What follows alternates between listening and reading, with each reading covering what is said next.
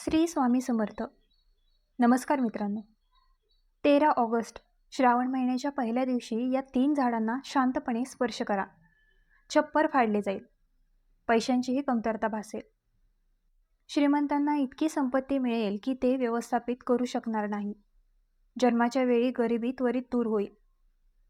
जर तुमचा दूरवर विश्वास नसेल तर 13 ऑगस्ट म्हणजे श्रावणच्या पहिल्या दिवशी व्यावहारिक कार्य करा. भक्त या अद्भुत देववृक्षांवर आपण आज या व्हिडिओमध्ये बोलणार आहोत. श्रावण महिन्याच्या त्या देव झाडांमध्ये स्वतः भोलेनाथजी राहतात आणि ही झाडे तुमच्या घराच्या आसपास अगदी सहजपणे सापडतील. या देववृक्षाबाबत महादेवांनी स्वतः आपल्या प्रिय भक्त रावणाला सांगितले आहे की जर एखाद्या व्यक्तीने योग्य वेळी योग्य कृतीनुसार 13 ऑगस्ट पहिल्या दिवशी या झाडांना स्पर्श केला तर त्याच्या घराला महादेवांचे आशीर्वाद मिळतील आणि त्यांच्या आयुष्यात सुरू असलेली गरिबी आणि दुःख संपेल. जन्मतःच गरिबीचे त्वरित उच्चाटन केले जाईल. तुमचे नशीब 7व्या आकाशावर असेल. तुम्ही जिथे जाल तिथे संपत्ती तुमच्या मागोमाग येईल.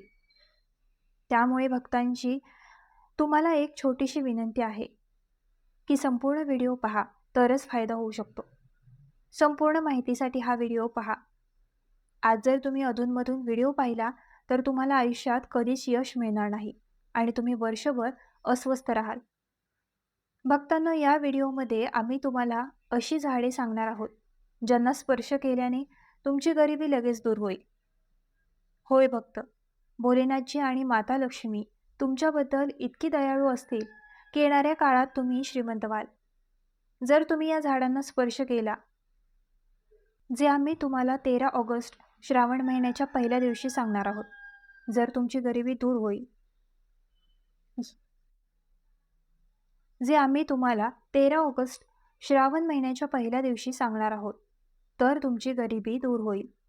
यावेळी अनेक वर्षानंतर भाविक एका दुर्मिळ योगायोगात सापडणार आहेत. तर आम्ही तुम्हाला ज्या झाडांबद्दल सांगणार आहोत, जर तुम्ही आम्ही सांगितल्याप्रमाणे योग्य वेळ आणि शुभ वेळ पाहून त्यांना स्पर्श केला तर माझ्यावर विश्वास ठेवा. काही दिवसांनंतर तुमच्या आयुष्यात पैशांचा पाऊस पडू लागेल. मग तुम्हाला तुमच्या जीवनात प्रगती करण्यापासून कोणीही रोखू शकणार नाही. तुमच्या सर्व इच्छा पूर्ण होतील. तुम्ही आनंदाने भरून जाल. 13 ऑगस्ट श्रावण महिन्याच्या पहिल्या दिवशी जर तुम्ही या देववृक्षांना स्पर्श केला तर तुम्हाला ब्रह्मा, विष्णू आणि महेश या तिन्ही देवतांचा आशीर्वाद मिळेल. त्यामुळे सर्व तपशिलांसाठी हा व्हिडिओ पहा. चला तर मग जाणून घेऊया 30 जुलैच्या श्रावण महिन्याच्या पहिल्या दिवशी कोणत्या झाडांना स्पर्श करावा लागेल. परंतु त्यापूर्वी जर तुम्ही या चॅनलवर नवीन असाल तर चॅनलची सदस्यता घ्या आणि व्हिडिओ पसंत करा. तसेच तुम्ही तुमचे राशी चिन्ह किंवा तुमचे शुभ नाव टिप्पणी चौकटीत ठेवले पाहिजे, कारण आम्ही तुमच्या राशीशी संबंधित नशीब देखील सांगतो आणि नशिबात चालू असलेल्या समस्या त्वरित दूर करण्याचे सर्वात सोपे मार्ग देखील सांगतो. म्हणूनच तुम्ही तुमचे पैसे टिप्पणी चौकटीत ठेवले पाहिजे. तर चला भक्तांच्या व्हिडिओची सुरुवात करूया. हिंदू संस्कृतीत अनेक प्रकारच्या पौराणिक विश्वासांना महत्त्व दिले गेले आहे की अशी अनेक झाडे आणि रोपे आहेत ज्यांना देववृक्ष म्हटले गेले आहे आणि ती खूप शुभ देखील मानली जातात. निसर्गात अशी अनेक झाडे आहेत जी आपल्या जीवनात चालू असलेल्या समस्या दूर करतात. विशेष म्हणजे लोक झाडाची केवळ पूजाच करत नाहीत तर त्याचा औषध म्हणूनही वापर करतात. हे अनेक प्रकारचे प्रमुख रोग बरे करते आणि अनेक प्रकारची झाडे आणि वनस्पतींचा उल्लेख वैद्यकीय पुराणांमध्येही आहे. भाविकांनो, 13 ऑगस्ट श्रावण महिन्याच्या पहिल्या दिवशी जर तुम्ही देखील या झाडांना स्पर्श केला तर तुम्हाला महादेवांचा असा आशीर्वाद मिळेल की तुमच्या आयुष्यातील सर्व त्रास दूर होतील. ज्योतिषशास्त्र मान्यतेनुसार संपूर्ण श्रावण महिन्यात भगवान भोलेनाथ स्वतः या चमत्कारी वनस्पतींवर बसतील, ज्याबद्दल आपण या व्हिडिओमध्ये बोलणार आहोत. आणि आम्ही तुम्हाला सांगितल्याप्रमाणे जर तुम्ही या विशेष झाडांना स्पर्श केला तर ते तुमची तराफा ओलांडेल आणि त्याच वेळी तुम्हाला ब्रह्मा, विष्णू, महेश या तिन्ही देवतांचे आशीर्वाद मिळतील. मग स्वतः विधवा देखील तुम्हाला श्रीमंत होण्यापासून रोखू शकणार नाही. आम्ही तुम्हाला त्या चमत्कारिक झाडांबद्दल सांगण्यापूर्वी आम्ही तुम्हाला सावंतबद्दल सांगू, जेणेकरून तुम्हाला त्या दिव्य झाडांना स्पर्श करण्याची योग्य शुभ वेळ कळेल. श्रावणची नेमकी तारीख आणि वेळ जाणून घेऊया. हिंदू दिनदर्शिकेनुसार सावनचा पवित्र महिना 13 ऑगस्ट रोजी सुरू होईल आणि आणि 11 सप्टेंबर रोजी संपेल. भक्त सर्वप्रथम 13 ऑगस्ट सावनच्या पहिल्या दिवशी आपण कोणत्या वेळी या वनस्पतींना स्पर्श करू शकता, म्हणजेच कोणत्याही वेळी, त्यात काही अडचण नाही. आता कोणत्या रूपांना स्पर्श करावा हे सांगण्यात तुमचा जास्त वेळ वाया घालवू नका. आपल्या हिंदू धर्मात भक्तांनी माता राणीचे अनेक रूप सांगितले आहेत, ज्यामध्ये झाडांना भीमादेवीचे रूप म्हटले जाते. तर आज आम्ही तुम्हाला अशा झाडाबद्दल सांगणार आहोत ज्याला 13 ऑगस्ट श्रावण महिन्याच्या पहिल्या दिवशी स्पर्श करणे खूप शुभ मानले जाते. फक्त श्रावण महिन्यात त्यांना स्पर्श केल्याने सर्व शत्रू, कर्जे आणि गरिबी दूर होते. श्रावण महिना हा भगवान शिवाच्या पूजेसाठी खूप शुभ मानला जातो. आणि पवित्र श्रावण महिन्यात काही झाडे आहेत ज्यांना देववृक्ष म्हणतात. देवांना वृक्ष म्हणतात. ते देवांचे प्रकटीकरण आहे. कालीमातेचे अनेक रूपं आहेत आणि आपल्या धर्मात आपण तिची देवी म्हणून पूजा करतो आणि तिची पूजा देखील केली पाहिजे. विज्ञान असेही म्हणते की झाडे आणि वनस्पती माणसांना विनामूल्य ऑक्सिजन देतात आणि झाडे आणि वनस्पती आपल्याला ऑक्सिजन देतात आणि आपल्याकडे असलेला कार्बन डायऑक्साईड शोषून घेण्यात तो सर्व प्रकारच्या नकारात्मक गोष्टी स्वतःच नष्ट करू शकतो. 13 ऑगस्टच्या श्रावण महिन्याच्या पहिल्या दिवशी शमीच्या झाडाला स्पर्श करून तुम्हाला तुमच्या शुभेच्छा सांगाव्या लागतील. जेव्हा तुम्ही हे कराल तेव्हा तुम्हाला दिसेल की तुमची इच्छा पूर्ण होईल आणि तुमची गरिबी संपेल. या दिवशी शमी वृक्षाचा प्रभाव तुमच्यासाठी खूप मोठा असणार आहे. तुम्हाला फायदा होऊ शकतो. त्यामुळे या श्रावणातील शमी वृक्षाचा आशीर्वाद घ्या आणि तुमच्या जीवनात आनंद आणि समृद्धी आणा. आता भक्त तिसऱ्या झाडाबद्दल बोलतात, ज्याला देववृक्ष देखील म्हणतात. पारिजातच्या या झाडाचा उगम समुद्राच्या मंथनाने झाला आणि देवराज इंद्रांच्या नंदन वनामध्ये त्याची स्थापना झाली. नंतर भगवान कृष्णाने मानवी कल्याणासाठी हा वृक्ष पृथ्वीवर आणला. हे झाड लक्ष्मीचे रूप मानले जाते, कारण लक्ष्मी मातेचा जन्मही समुद्र मंथनाने झाला आहे.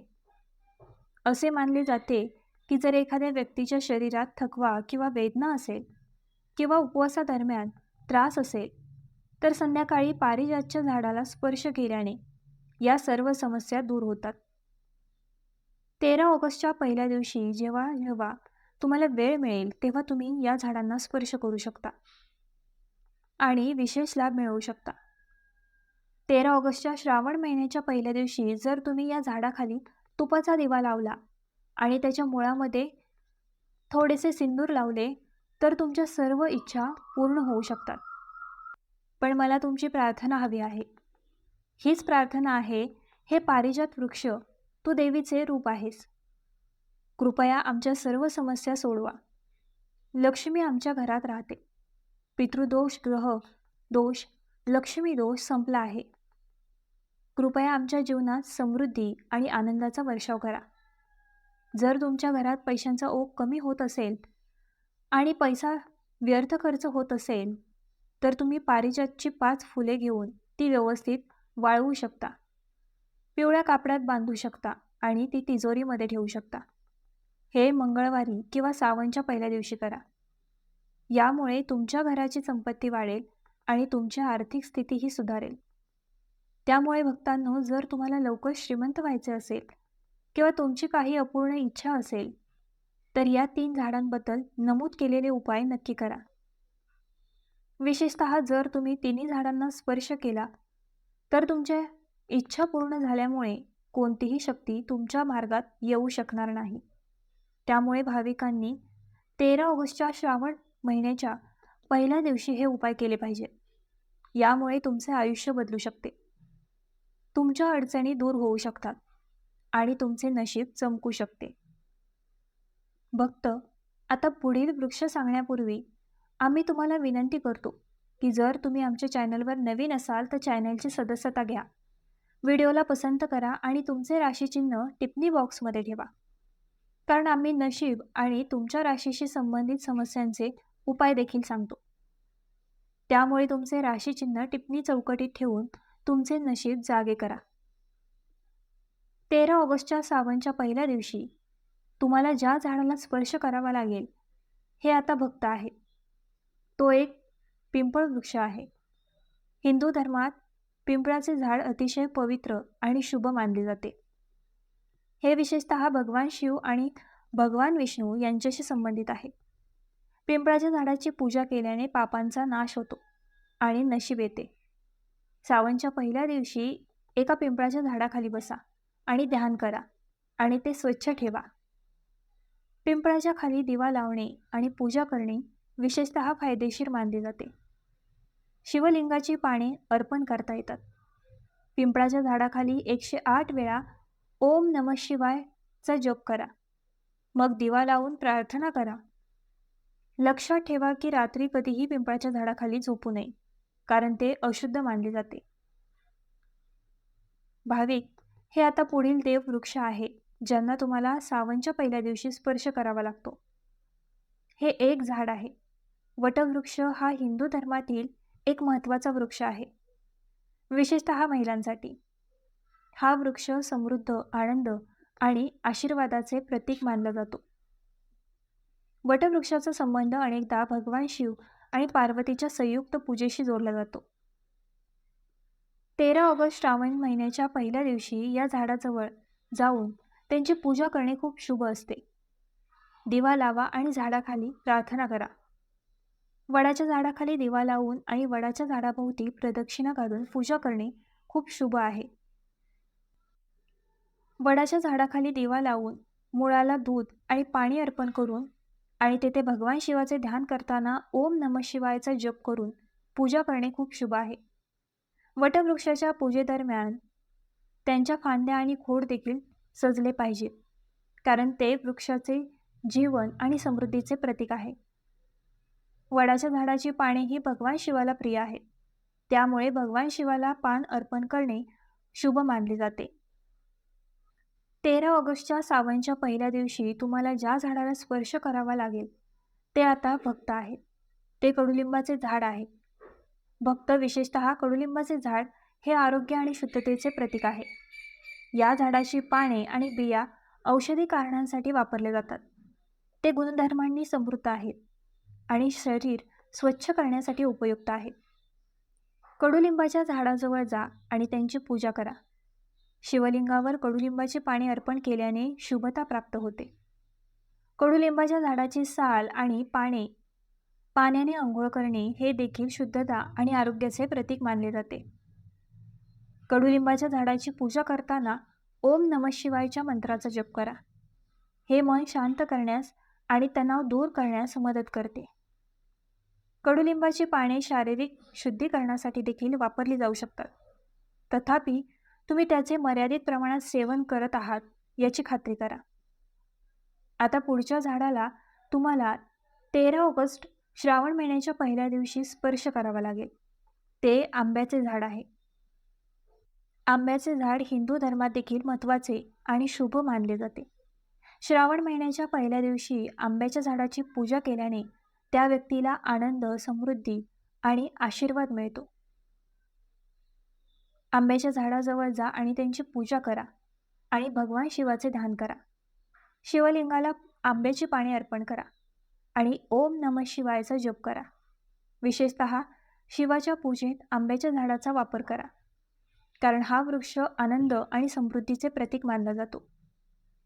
तर मित्रांनो, आजचा हा व्हिडिओ तुम्हाला कसा वाटला आम्हाला कमेंट करून नक्की सांगा.